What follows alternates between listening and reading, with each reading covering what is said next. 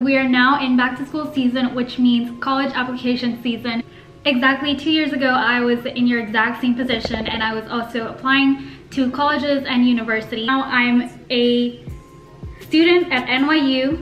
Hello beautiful people and welcome back to my YouTube channel. For those of you who are new here, hi, my name is Sophia. I'm currently a student at New York University and I make college related videos here on YouTube.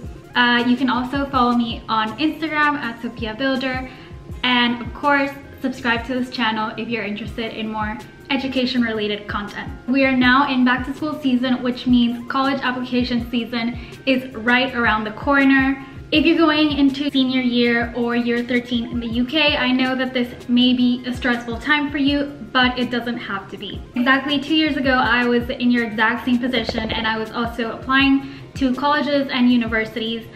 And I can tell you from my own experience, everything works out the way it's supposed to. If you've watched my college decision reaction video, you may know that I applied to universities in 4 different countries. And if you haven't seen it yet, make sure to watch it after this video. For the purpose of this video, I thought that I would organize my applications chronologically and by country so that you can understand what my process was really like from start to finish. Before I delve deeper into my application journey, make sure to give this video a thumbs up and to subscribe to my channel if you're not yet subscribed.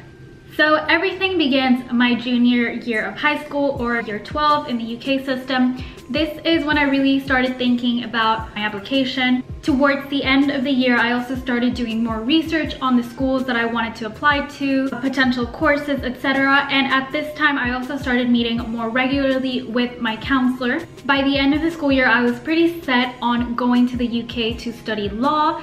And I was attracted to law as a course because it combined some of my interests in politics and history and language, which were the subjects that I studied at higher level during my IB. And I wanted to study in the UK to stay close to my family who lives in Europe, and also because I found that there was a pretty good selection in terms of universities and courses, and it was affordable compared to other study destinations such as Canada and the US.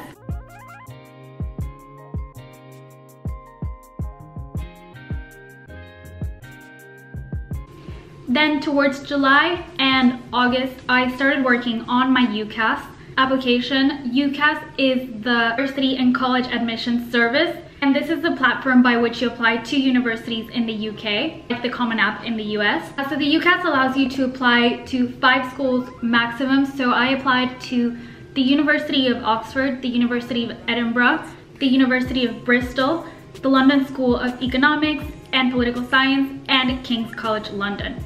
At this time, I also began to write the early drafts of my personal statement, and thankfully for you, I have a video on how I wrote a personal statement that got me accepted to those schools, as well as a different video on how I got accepted into the majority of those schools. So make sure to watch those videos as well. By September, because I had already started working on my UCAS application during the summer, and because applying to Oxford, which has an earlier admissions deadline than some other universities in the UK, I was able to submit my UCAS application. This application, along with the personal statement, also contains your predicted grades and your letters of reference. So if you want to meet some earlier admissions deadlines, or if you just want to submit your application earlier because you want some peace of mind, I would definitely recommend getting those done sooner rather than later. Now, by October and November, I had shifted my focus from my UK application to applying to my safety schools, which were IE and ESADE in Spain. My safety schools, I also applied for the course of law, and also for these schools, I had to write some kind of personal statement and collect a reference from my counselor. For one of them, for ESADE, I also had to do an additional assessment. So when I was in Barcelona, I did the exam for entrance into the law course. And so during October and November, I completed those applications. And by this time, I also began to hear back from some of my UK schools. So I was accepted into the University of Edinburgh and the University of Bristol. And at this time, I also received my rejection letter from Oxford, or rather, I didn't receive an invitation to interview, which is, for any of you that have applied or are considering applying to Oxford may know that that's the equivalent of a rejection. And for those of you that may be applying to university right now, rejection might seem very disheartening. And of course, when you live through it, it is, especially when you get rejected from your dream school or from one of your top choices. And in my experience, it was definitely kind of a shock, especially because I had a good personal statement and recommendations and I had the grades. But at the end of the day, rejection is redirection. And I feel like I grew a lot as a student and as an applicant from not getting into that university. And in the end, it also led to me applying to different school and pursuing different opportunities, which I'm very grateful that I did.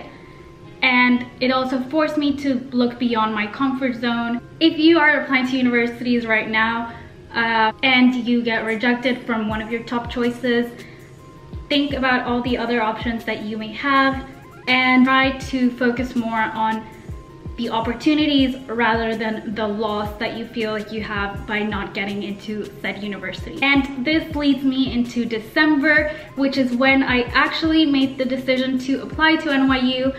And when I applied for the early decision 2 round, which had a deadline, I think, in December and a response on the 14th of February. So I wrote my Common App essay, I got references from 2 of my teachers, and I put together my whole Common App application during probably the 2nd week of December, and I submitted that all during my winter break. And at this time, I also got accepted to King's College London. It was very exciting. Then in January through March, I got accepted into NYU and LSE. And this is when I had to make my final choice. So I firmed NYU and declined all my UCAS choices. Essentially, that's where my university application journey ended.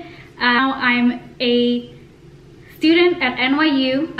That was my particular experience with applying to university in England, Scotland, Spain, and the US. Everyone's process will look completely different. Everyone's timeline will be different. And of course, you always have the option to not go to university or to pursue a gap year. For me, something that was very important during this entire process was my mental health. So for me, to avoid stress, I decided to do everything as early as possible. And I submitted my applications as early as I could. And also learning to deal with rejection from my dream school. So overall, I would say if you're in this process right now, make sure to watch out for yourself and your own mental health and also those of your friends. And if at any moment you need help, make sure to reach out to a counselor or a friend or a family member if you're finding the process too overwhelming, or if you have feelings of doubt or negative self-worth. Because at the end of the day, you should just see this process as a continuation of your education. If you're truly pursuing a course that you enjoy or you're excited about going to university, you should find a way to make the process enjoyable, because at least for me, being able to read for the course that I was interested in and to be able to think about my subject critical and creative lens was really interesting, and also being able to explore maybe different strengths and aspects of myself and my personality that I hadn't thought about before in my college essay were all really good experiences. To conclude, if you're applying to college in the next few months, I hope your application process is what you need it to be and that the outcome is what you hope it will be. And also be kind to yourself. This experience can be very challenging for a lot of people, especially those who don't have the necessary academic or financial or family support. So if you feel like you need help at any moment, again, reach out to others, especially people from your school who may be able to help you, or from external organizations. Also, if any of you have video suggestions, I would love to hear them. I've been kind of uninspired the past month, and I have a list of running video ideas, but if you can contribute anything to it, I would be super, super grateful. And that was all for today's video. So thank you so much for watching. I hope you enjoyed it, and I'll see you in my next video.